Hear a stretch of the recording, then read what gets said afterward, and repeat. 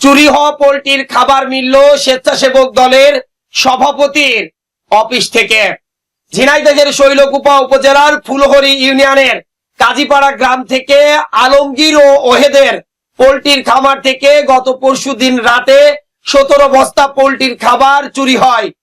এরপর ফুলহরি ইউনিয়ন স্বেচ্ছাসেবক দলের সভাপতি মিনহাজের যে অফিস রয়েছে ফুলহরি বেকির মোড়ে, সেই অফিস থেকে 8 বস্তা চুরি যাওয়া পোল্ট্রির খাবার উদ্ধার করেছে স্থানীয়রা এবং বাকি 8 বস্তা খাবার উদ্ধার করা হয় কাজীপাড়া গ্রামের যে একজন শঙ্কর পাল নামের ব্যবসায়ী রয়েছে তার ব্যবসা প্রতিষ্ঠান ভাটই বাজারের দোকান থেকে।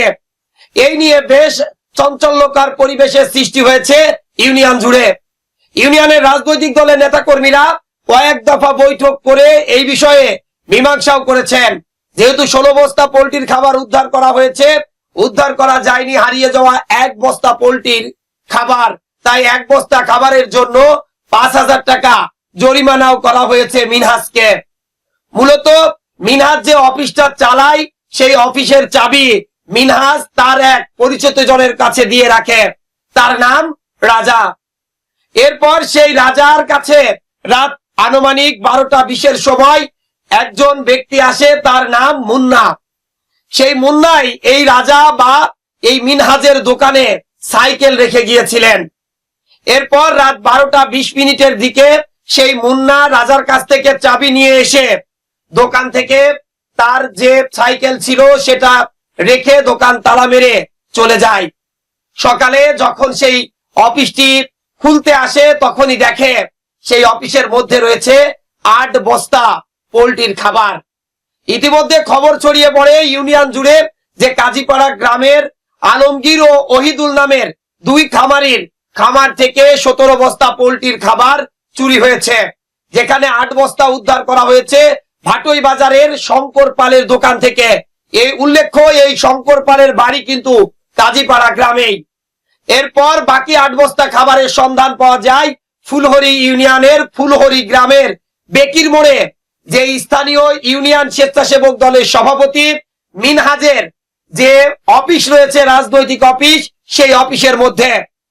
যে রাজা দায়িত্ব ছিলেন সেই রাজার সাথে কথা বলে জানা যায়, রাজা আমাদেরকে জানিয়েছেন তিনি প্রতিনিয়ত সেই অফিসে লোকজন আসে, সেখানে ক্যারাম বোর্ড খেলা হয়, এরপর রাত 11টার দিকে চলে যায়। প্রতিদিনের মতো তিনি নাকি বাসায় চলে গিয়েছিলেন। এরপর রাত 12টার দিকে দোকানে সাইকেল রেখে যাওয়া মুন্না আসেন চাবির জন্য। নির্দ্বিধায় তিনি সেই চাবিটা মুন্নার কাছে দিয়ে দেন। এরপর সকাল 11টার দিকে শোনেন যে এই দোকানে নাকি 8 বস্তা পোল্ট্রির খাবার রয়েছে।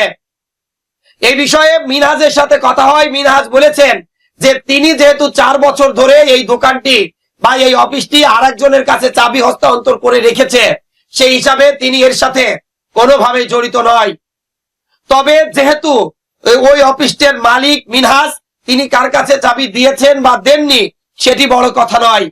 আর কাজীপাড়া গ্রাম থেকে প্রায় সময় পোল্ট্রির খাবার চুরি হয় এবং এই পোল্ট্রির খাবারটি যেহেতু ইউনিয়ন স্বেচ্ছাসেবক দলের অফিস থেকে বা ইউনিয়ন স্বেচ্ছাসেবক দলের সভাপতির অফিস থেকে উদ্ধার করা হয়েছে, সেজন্য বিএনপি নেতাকর্মীরাও বেশ চড়াও হয়েছে।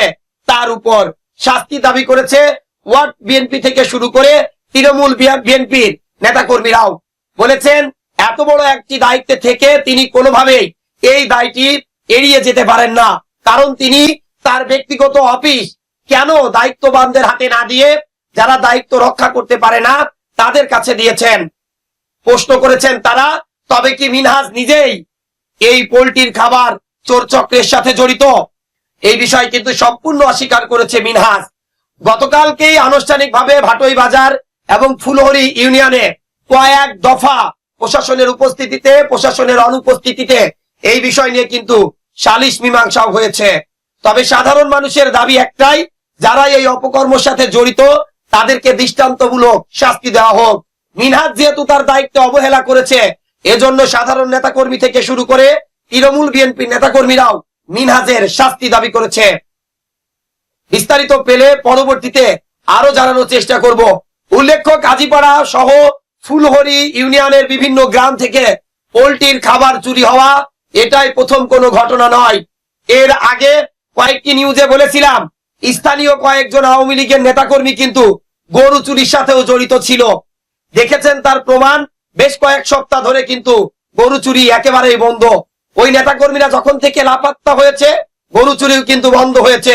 নতুন চোরেরা যে আগমন ঘটেছে বলা যায়, যে পোল্ট্রির খাবার চুরি করে তার অফিসে রেখে যাচ্ছেন কারা, সেই প্রশ্ন করার আগে এর সাথে যারা দায়িত্ব অবহেলা করেছে তাদের অবশ্যই শাস্তির ব্যবস্থা করতে হবে।